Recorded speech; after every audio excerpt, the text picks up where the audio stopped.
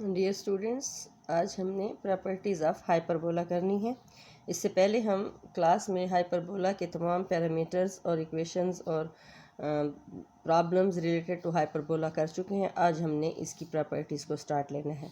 तो first property of hyperbola है the product of the perpendicular distance from the foci to any tangent to the hyperbola is a constant. ठीक है, यानी किसी भी ये जो लाइन, ये जो दो ये बने हुए हैं हाइपरबोला की पिक्चर बनी हुई है, यहाँ से this is the tangent line. Now the perpendicular distance of this tangent line from F1 and F2 when they the product of the perpendicular distance from the line to F1 and F2 will have a constant value.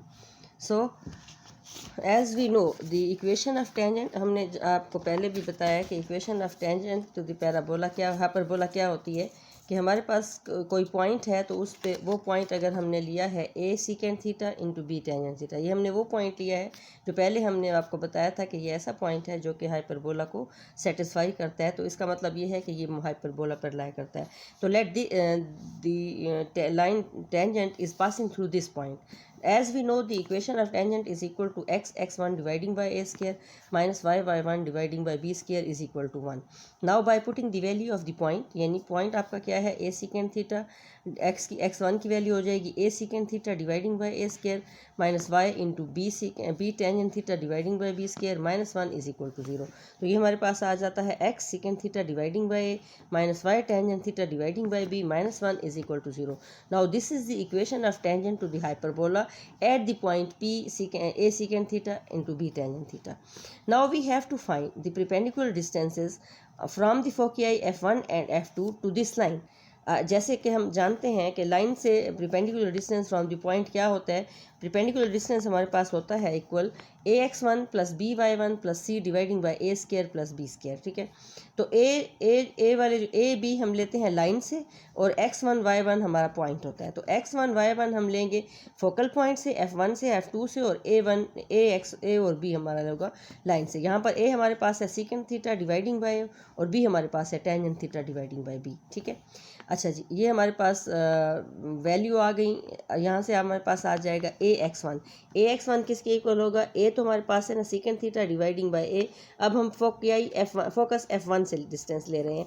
This is equal to, let it is equal to P1। This is the perpendicular distance from this line to the focus F1। So this will be equal to secant theta dividing by a। This is the value of x1 into it is the value of a, sorry, secant theta dividing by a is the value of a into x1 हमारे पास focus का point है जो कि minus AE है, और चूँकि focus का y जो है वो 0 है, so it will be equal to 0 और -1। c क्यों देखें कि स्ट्रेट लाइन में हमारे पास c की वैल्यू -1 है, तो it is equal to -1 dividing by a square plus b square. तो a स्क्वायर हमारे पास है secant square theta dividing by a square plus tangent square theta dividing by b square. Now the perpendicular distance from the foci F2 will be equal to secant theta dividing by into AE plus 0 minus 1 dividing by secant square theta dividing by a square plus tangent square theta dividing by b square as the same line as we have taken the distance from P1 F1. So now the product of these distances will be equal to P1 P2। इनको हमने multiply कर देना है। ये हमारे पास आ गया था minus E secant theta -1 dividing by secant square theta dividing by a square plus tangent square theta dividing by b square, और जहाँ से हमारे पास आ गया था ई secant theta -1 dividing by secant square theta dividing by a square plus tangent square theta dividing by b square. ये minus जहाँ से मैंने कॉमन ले लिया तो उधर आ जाएगा ई secant थीटा +1। ये दोनों में माइनस था ना, इधर भी माइनस था और इधर भी माइनस था, तो ये हमारे पास आ जाएगा ई secant थीटा +1 और इधर आ जाएगा हमारे पास ई secant थीटा -1। अच्छा जी, डिनोमिनेटर में हमने क्या किया है कि ए बी का वो ले लिया है, एलसीएम ले लिया है, ए स्क्वायर बी स्क्वायर, तो यहाँ आ जाएगा B square secant square theta plus A square tangent square theta. Similarly साथ वाले भी इसमें भी यही इसी तरह है कि B square secant square theta plus A square tangent square theta dividing by A square B square. यहाँ से फिर हमारे पास आ जाएगा, ये हमारे पास आ रहा है ए प्लस बी इंटू ए माइनस बी, तो हमारे पास आ जाता है ए स्क्वायर माइनस बी स्क्वायर। ये हो जाएगा E square secant square theta -1, और डिनोमिनेटर में दोनों डिनोमिनेटर सेम है तो लिहाजा इनका पूरे का स्क्वायर हो जाएगा, यानी A square B square secant square theta plus A square tangent square theta dividing by A square B square in whole square. फिर ये होल स्क्वायर इससे कैंसिल आउट हो जाएगा आपके क्या कहते हैं रूट से, तो हमारे पास आ जाएगा यहाँ से माइनस ई स्केयर सेकेंड स्केयर थीटा -1 और ए स्केयर बी स्केयर ये वाला ऊपर चला जाएगा, तो यहाँ से आ जाएगा A square B square dividing by B square second square theta plus A square tangent square theta.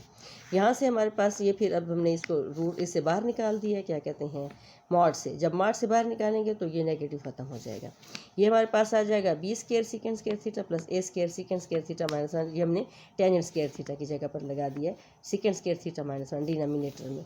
फिर हमारे पास देखें कि डिनोमिनेटर में हमारे पास क्या आएगा, ये हम इसको फिर लिख सकते हैं कि ई स्केयर सेकेंड स्केयर थीटा, यहाँ से हमने क्या किया है कि इधर से फिर हमारे पास मल्टीप्लाई करेंगे, ये हो जाएगा B second square theta B square second square theta plus A square second square theta और माइनस ए स्केयर।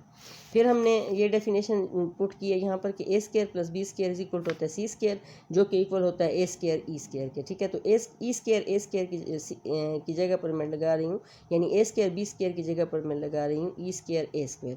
तो ये आ जाएगा हमारे पास E square A square into second square theta minus से। फिर हमने क्या किया, नेक्स्ट स्टेप में हमने यहाँ से डिनोमिनेटर में ए कॉमन ले लिया है, ए स्केयर जब कॉमन ले लेंगे तो अंदर आ जाएगा E square second square theta -1 और फिर ये E square second square theta numerator से और डिनोमिनेटर से कट जाएगा और ए स्क्वायर भी कट जाएगा। तो फाइनली हमारे पास क्या रह जाएगा, बी स्क्वायर रह जाएगा, जो कि कांस्टेंट है। It is hence it is proved. So the product of the perpendicular distances from the foci to the tangent line will have a constant value which is equal to B square. ठीक है, अच्छा जी, अब हमने property to जो है वो हमारे पास hyperbola की प्रॉपर्टी 2 जो है वो हम पहले कर चुके हैं। प्रॉपर्टी 2 है कि line y is equal to M X plus A square M square minus B square is tangent to the hyperbola X square और A square minus Y square और B square is equal to 1 for all values of M. अच्छा जी, हमने इसका proof पहले कर चुके हैं। पहले हमने जब वो टॉपिक किया था ना कि intersection of a line with the hyperbola, फिर उसमें हमने कंडीशंस निकाली थी कि अगर हमारी लाइन जो है टेंजेंट होगी पैराबोला के, जब उसका डिस्क्रिमिनेंट 0 आ जाएगा, तो उस वक्त हमारे पास कंडीशन जो निकली थी वो ये निकली थी कि सी इज़ इक्वल टू हो जाएगा A square M square minus B square. तो आप यहाँ पर हम देखें कि Y is equal to M X plus C, तो वही वैल्यू लगा दी है कि जो कंडीशन थी for a line tangent to hyperbola. So it has already proved. हमने इस टॉपिक को किया है, जो कि आपके नोट्सों के पेज नंबर 21 और 22 पर मौजूद है। ठीक है, now we have to start the property 3 of the hyperbola. अच्छा जी, द प्रॉपर्टी ओके, मेरे ख्याल में आज के एक लेक्चर इतना बहुत है।